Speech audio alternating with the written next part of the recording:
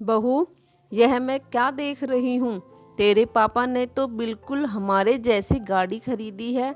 जरूर तुमने ही फोटो और मॉडल नंबर भेजा होगा। हाँ भाई, अब तो खूब पैसे वाले हो गए हैं। बेटा भी कमाने लगा है तो हमारी बराबरी तो करेंगे ही। मम्मी जी, पापा ने मुझसे ही पूछा था कि कौन सी लेनी चाहिए, तो मैंने ही सब बताया था। आपको कोई परेशानी मम्मी जी? बहू, तुम्हारे भी बड़े ठाठ है, मायके में अपना सिक्का जमा कर रखती हो। एक हमारी नेहा है जो कभी दखलंदाजी नहीं करती अपने मायके में। तुम और सूरज अपनी मर्जी से सामान खरीदते हो, खर्च करते हो। कभी देखा है हमें अपनी बेटी से राय लेते हुए? संध्या अच्छे से जानती है नेहा घर के सामान में नहीं बल्कि घर की बातों में दिलचस्पी रखती है। जैसे भाभी ने फेसबुक पर यह फोटो लगाई है, यह ड्रेस कब खरीदी, भाभी ने आपको कितनी सस्ती साड़ी दी है। भाभी कमाती है इसलिए भाई को दबाकर रखती है, और भी न जाने क्या क्या। जब चुगलियों से फुर्सत मिलेगी तभी तो किसी बात की चिंता करेगी। संध्या ने चुप रहना ही उचित समझा। यह कोई पहली बार नहीं है कि जब उसके मायके में कोई नई चीज आई है और सासू माँ ताने न कस रही हो। संध्या अपने घर की सबसे बड़ी बेटी, दो छोटे भाई। शादी से पहले भी घर की हर छोटी बड़ी खरीदारी में संध्या को ही सबसे आगे रखा जाता। उसकी पसंद नापसंद के हिसाब से ही मम्मी पापा घर का सारा सामान लेते थे। संध्या की शादी के बाद जब सासू माँ पहली बार घर आई, संध्या अपने पापा से कहो यह सोफ़ा चेंज करा ले, थोड़ा अपना घर भी ठीक ठाक करा ले। अब शादी वेंकट हॉल से कर दी, इसका मतलब यह थोड़ी ना कि लड़की के ससुराल वालों को ऐसे फटे हाल में बुलाएं।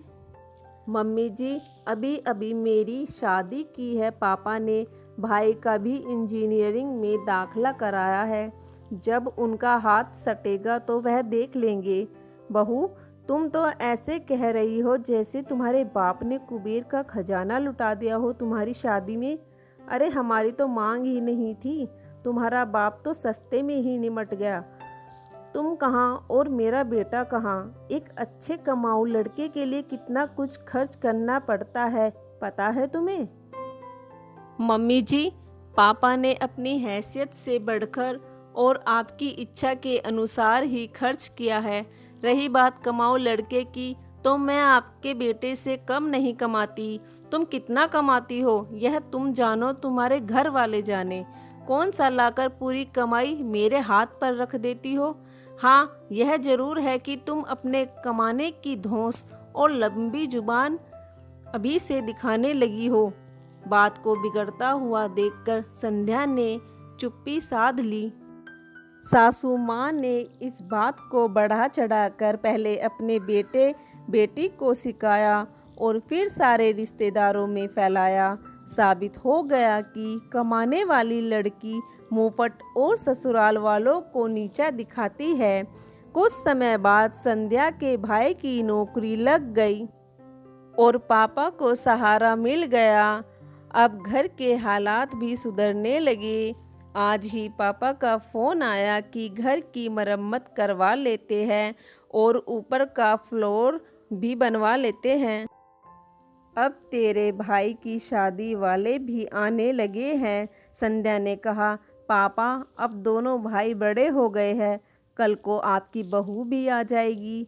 ऊपर का फ्लोर कैसा बनना चाहिए इसके लिए आप पहले भाइयों से बात करो, और ज़रूरत लगे तो हम सब मिलकर वीडियो कॉल पर डिस्कस कर लेंगे। बेटा, जब बहू आ जाएगी तो उसकी राय भी लेंगे, लेकिन अपनी बेटी को कभी पीछे नहीं छोड़ेंगे। ऊपर का फ्लोर, उसका फर्नीचर, यहाँ तक कि रंग रोगन और वॉलपेपर में भी संध्या की हर तरह से राय ली गई। अब सलाह उसके पापा नहीं बल्कि उसके भाई खुद लेते हैं। घर तैयार होने पर पापा ने एक छोटी सी पूजा रखी और इस बार भी सासू माँ खुश नजर आ रही थी, क्योंकि संध्या के पापा ने बिना ज़रूरत के ही इतना ज़्यादा पैसा बर्बाद कर दिया था। ओ संध्या नहीं चाहती कि उसके ससुराल वाले मायके के किसी भी फंक्शन में आए, लेकिन यह मुमकिन नहीं। बहू के मायके वालों को बुलाने और सम्मान देने का रिवाज होता ही नहीं है, लेकिन बेटी के ससुराल वालों को और उनके सम्मान को सर माथे रखा जाता है।